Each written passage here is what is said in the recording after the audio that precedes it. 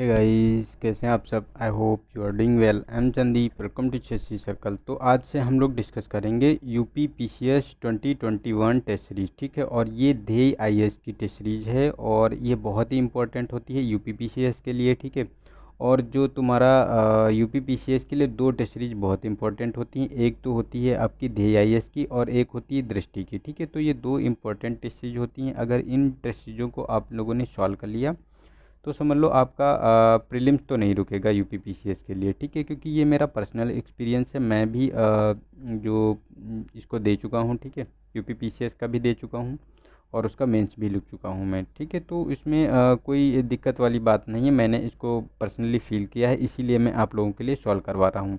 और मैं ध्येय की तो करवा रहा हूँ और उसकी जो आपको दृष्टि की भी मैं करवाऊंगा टेस्ट सीरीज, ठीक है। तो उसके लिए आप लोग निश्चिंत रहिए, दोनों की करवा दूंगा। क्योंकि आप लोग कमेंट में कर रहे थे सर पिछली बार करवाया था, इस बार नहीं करवाओगे, तो यार परेशान मत हो, सारी चीज़ें होंगी यहाँ पे, ठीक है।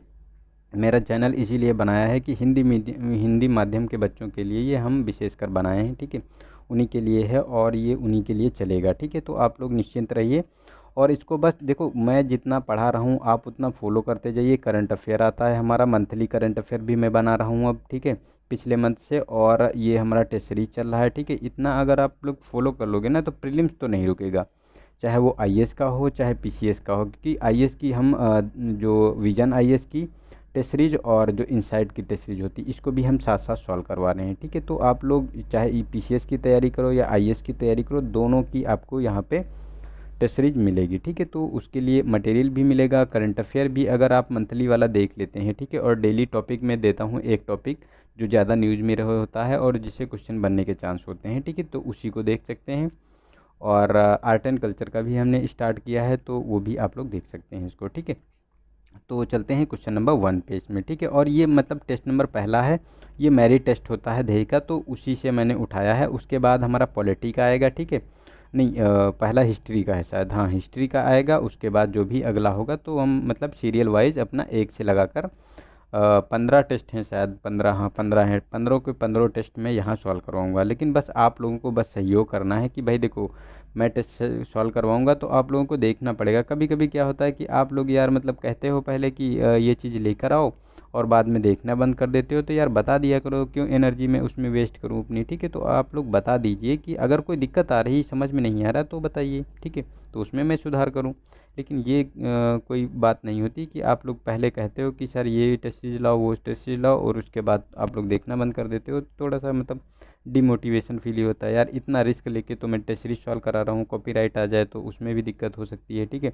हमारा चैनल पूरा डिस्ट्रॉय हो जाएगा, इतनी मेहनत बेकार हो जाएगी। बट फिर भी हम आप लोगों के लिए ला रहा हूँ, तो थोड़ा सा आप लोगों की भी जिम्मेदारी बनती है, ठीक है। और इसको देखो शेयर भी कीजिए, कि जिसको अगर आवश्यकता हो उसे शेयर कीजिए। और वीडियो पसंद आ रहा है तो इसको लाइक कीजिए, ठीक है। तो एक लाइक तो ठोक के जाना ही है, ठीक है।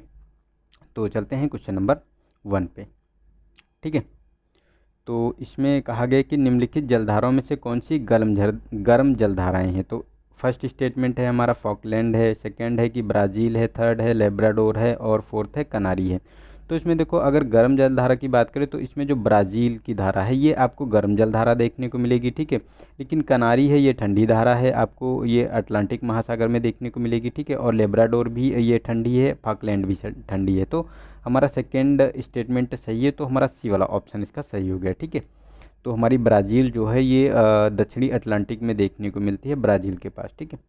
नेक्स्ट है हमारा सेकेंड क्वेश्चन नंबर। तो इसमें उपनिषद काल में राजा जनक शासक थे, तो कहाँ के शासक थे। ए ऑप्शन है पांचाल, बी है केकय के, और सी है विदेह के, और डी है काशी के। तो इसका देखो सी वाला ऑप्शन है, जो विदेह था, विदेह के राजा थे जनक, ठीक है।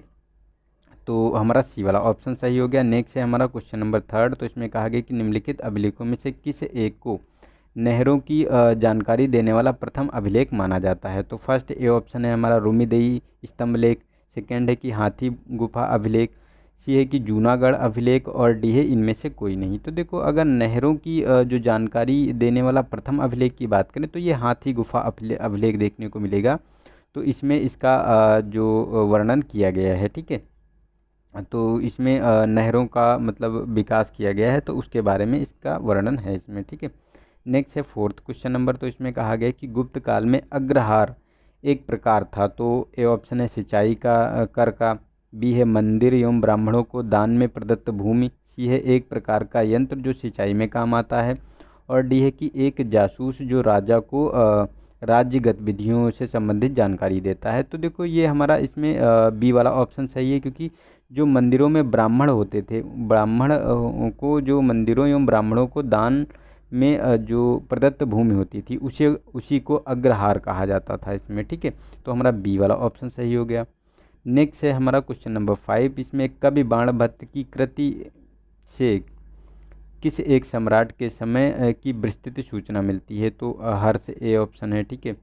बी है आपको यशोवर्मन, और सी है नंदवर्मन, और डी है आपका गोपाल। तो इसमें बताना है कि किसके बारे में जानकारी मिलती है इसमें, ठीक है। तो देखो ये हर्ष के बारे में इसकी जानकारी मिलती है। जो बाणभट्ट थे तो ये हर्ष के जो राज्यसभा में रहते थे, ठीक है। तो हर्ष के बारे में हर्ष के जो पूरे शासनकाल के बारे में इसके बारे में जानकारी मिलती है, ठीक है। नेक्स्ट है हमारा क्वेश्चन नंबर 6। तो इसमें कहा गया कि निम्नलिखित युग्मों में से कौन से सही सुमेलित हैं?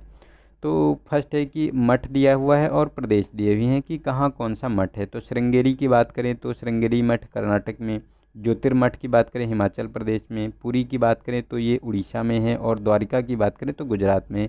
तो देखो द्वारिका जो मठ है ये गुजरात में देखने को मिलेगा, पुरी ये आपको उड़ीसा में देखने को मिलेगा, लेकिन ज्योतिर्मठ की बात करें तो ये हिमाचल प्रदेश में नहीं, ये उत्तराखंड में देखने को मिलेगा आपको, ठीक है। तो ये हमारा गलत है, और फर्स्ट वाला श्रृंगेरी कर्नाटक में मिलेगा। और ये ज्योतिर्मठ की जो स्थापना की गई थी तो ये शंकराचार्य के द्वारा, आचार्य शंकराचार्य के द्वारा इसकी स्थापना की गई थी। तो 1, 3 और 4 स्टेटमेंट इसमें सही है। तो 1, 3 और 4, तो हमारा ए वाला ऑप्शन, ए ऑप्शन सही हो गया इसका, ठीक है। नेक्स्ट है 7 क्वेश्चन नंबर। तो इसमें इल्बर्ट बिल का संगठित रूप से विरोध करने के लिए अंग्रेज यूरोपियों ने किस एक संगठन की स्थापना की थी? तो फर्स्ट है कि यूरोपीय एसोसिएशन का, बी है कि यूरोपियन डिफेंस एसोसिएशन का, सी है कि ब्रिटिश एसोसिएशन का, और डी है कि एंटी एल्बर्ट एसोसिएशन का।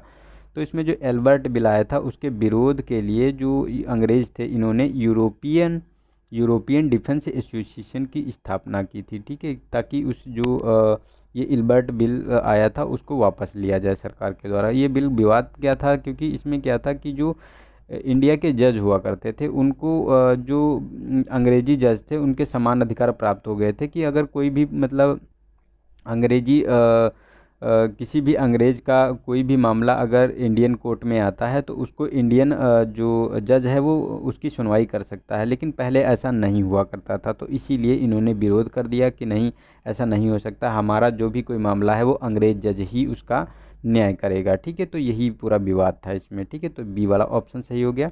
नेक्स्ट है 8 क्वेश्चन नंबर। तो इसमें अधोमुखी निस्यंदन सिद्धांत को सर्वप्रथम सरकारी नीति के रूप में लागू किया था। तो किसने लागू किया था? तो ए ऑप्शन है हमारा कि ऑकलैंड, बी है लॉर्ड विलियम बेंटिंग, सी है लॉर्ड डलहौजी, और इनमें से कोई नहीं, डी ऑप्शन है, ठीक है। तो इसका देखो ए वाला ऑप्शन है, जो ऑकलैंड थे, लॉर्ड ऑकलैंड, इन्हीं के द्वारा अधोमुखी निस्यंदन सिद्धांत सर्वप्रथम सरकारी नीति के रूप में लागू किया गया था। अधोमुखी निस्यंदन सिद्धांत था क्या? तो इसमें क्या होता था कि उच्च वर्ग को शिक्षा दी जाती थी, और उनका मानना था कि जो निचला स्तर है, नीचे के जो लोग हैं उसमें छन छन कर ये शिक्षा पहुंच जाएगी, उनसे लोग शिक्षित हो जाएंगे, ठीक है। तो ये इसमें इस सिद्धांत पे ये कार्य करता था। तो ये हमारा ए वाला ऑप्शन सही हो गया। नेक्स्ट है 9 क्वेश्चन नंबर। तो अंग्रेज भिखारी से अधिक घृणा करते थे, और मैं सोचता हूँ कि भिखारी घृणा के पात्र हैं उपयुक्त में से कथन संबंधित है। तो ये कथन किसने कहा था? तो ए ऑप्शन है लाला लाजपत राय, बी है बिपिन चंद्र पाल, सी है बाल गंगाधर तिलक, और डी है कि गोपाल कृष्ण गोखले। तो इसमें अगर हम बात करें तो जो इसमें ये कथन कहा था तो हमारा ये लाला लाजपत राय ने ऐसा ये कथन कहा था कि जो मतलब अंग्रेज भिखारियों से अधिक घृणा करते हैं, और मैं सोचता हूँ कि भिखारी घृणा के पात्र भी हैं, ठीक है। तो ये लाला लाजपत राय ने कहा था। नेक्स्ट है 10 क्वेश्चन नंबर। तो इसमें अब्दुल हामिद लाहौरी जो एक राजकीय इतिहास थे, किस मुगल शासक के दरबार में रहते थे? तो ए ऑप्शन है अकबर के, सेकंड बी है औरंगजेब के, सी है शाहजहाँ के, और डी है मोहम्मद शाह के, ठीक है।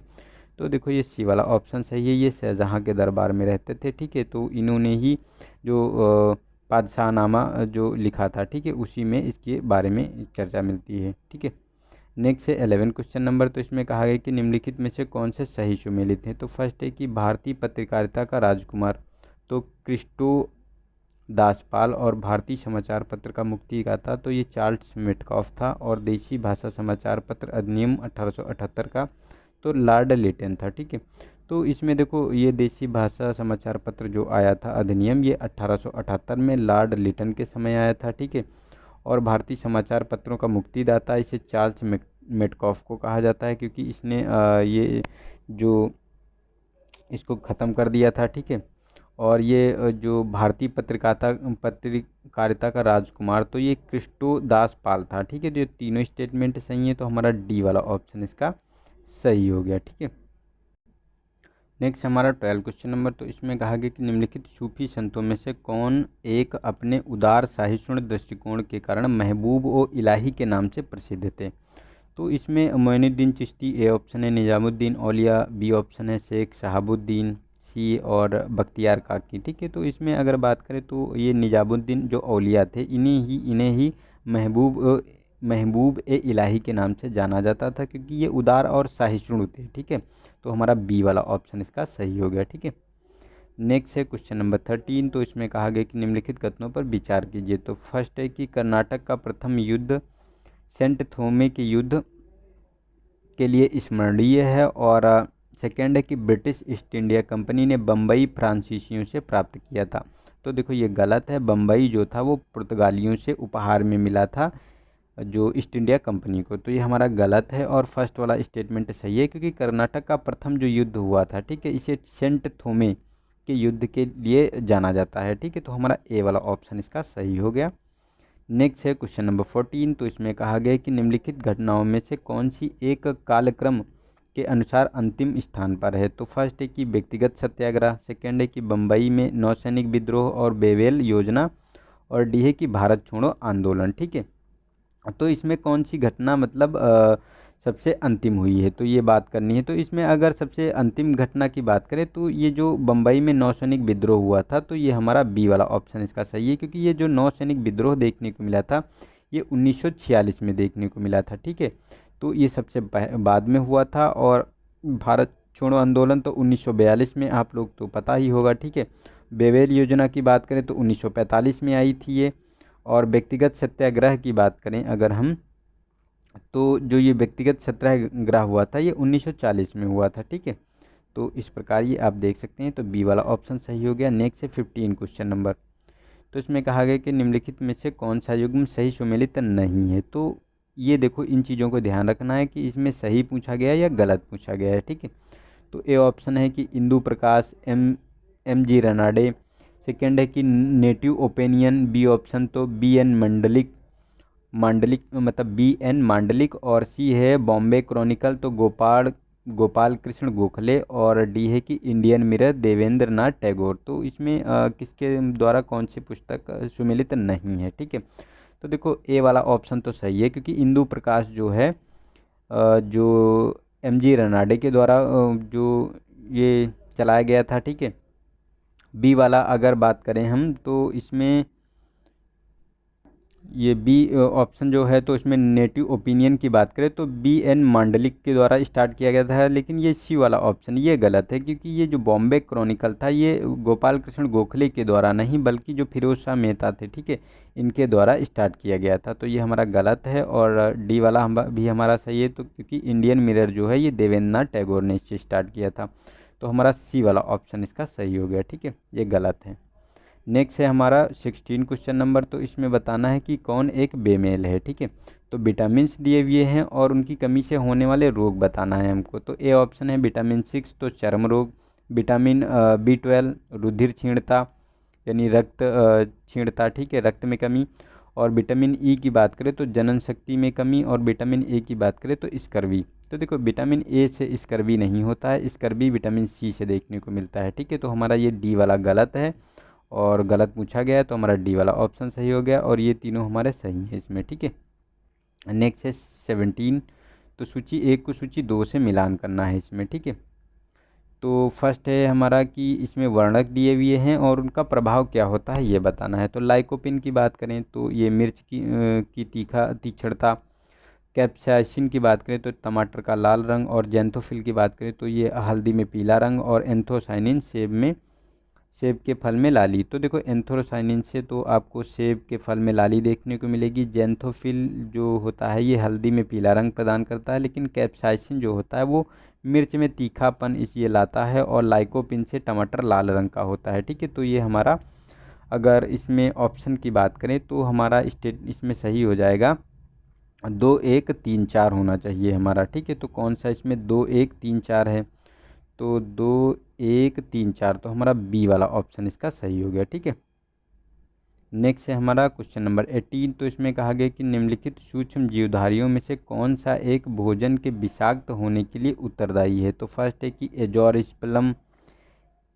और सेकेंड है कि लैक्टोबैसिलस, और सी है क्लस्ट्रीडियम बटुलिनम, और डी है राइजोबियम। तो इसमें अगर बात करें तो देखो ये जो सूक्ष्म जीवधारियों में जो विष प्रदान करता है ये जो भोजन होता है इसमें, ठीक है, भोजन में, तो ये क्लस्ट्रीडियम बटुलिनम होता है। ठीक है, तो ये हमारा सी वाला ऑप्शन सही हो गया। ठीक है, राइजोबियम से तो नाइट्रोजन स्थिरीकरण होता है, लैक्टोबैसिलस दही बनता है, और एजोस्पेरिलम की बात करें इसमें तो ये सिट्रिक एसिड होता है। ठीक है, तो हमारा सी वाला ऑप्शन इसमें सही हो गया। नेक्स्ट है हमारा क्वेश्चन नंबर 19। तो इसमें कहा गया कि एंडेमिक, फर्स्ट स्टेटमेंट है कि एंडेमिक किसी विशेष क्षेत्र या जनसंख्या में स्थायी रूप से विद्यमान कोई रोग।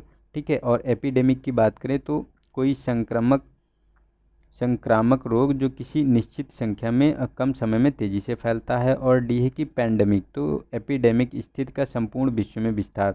तो ये तो सही है, जो एपिडेमिक होती है वो मतलब किसी निश्चित क्षेत्र में बहुत तेज़ी से कोई रोग फैलता है तो उसे एपिडेमिक कह देते हैं, और पेंडेमिक जो वही चीज़ पूरे विश्व में हो जाए। ठीक है, लेकिन एंडेमिक की बात करें तो ये किसी विशेष क्षेत्र या जनसंख्या में स्थायी रूप से जो विद्यमान रोग होता है उसे एंडेमिक कहते हैं। तो ये तीनों स्टेटमेंट सही है, तो हमारा डी वाला ऑप्शन सही है इसका। ठीक है, नेक्स्ट है 20 क्वेश्चन नंबर। तो इसमें कहा गया है कि एमनियोसेंटेसिस एक प्रकार है, तो एमनियोसेंटेसिस के बारे में बताना है। ठीक है, तो फर्स्ट ए ऑप्शन है कि अपराध की जांच है तो डीएनए परीक्षण का, और बी है कि गर्भवती महिलाओं में किया जाने वाला प्रसव पूर्व परीक्षण, और सी है कि एड्स से बचने की रक्षा पद्धति, और डी है कि जीन अभियंत्रण की नवीन प्रौद्योगिकी।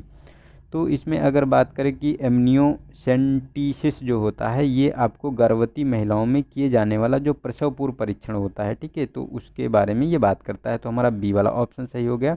और ये किया क्यों जाता है, क्योंकि जैसे ये डाउन सिंड्रोम हो गया या फिर गुणसूत्रों की संख्या का पता लगाने के लिए ये ऐसा टेस्ट किया जाता है इसमें। ठीक है, नेक्स्ट है हमारा 21 क्वेश्चन नंबर। तो इसमें निम्नलिखित कथनों पर विचार करना है कि कौन सा स्टेटमेंट सही है। तो फर्स्ट है कि विकिरणों के माध्यम से मनुष्य में सबसे ज़्यादा प्रभाव मस्तिष्क पर पड़ता है। ठीक है, सेकेंड है कि विकिरण के माध्यम से मनुष्य के अंगों में सबसे कम हानि आँख को होती है।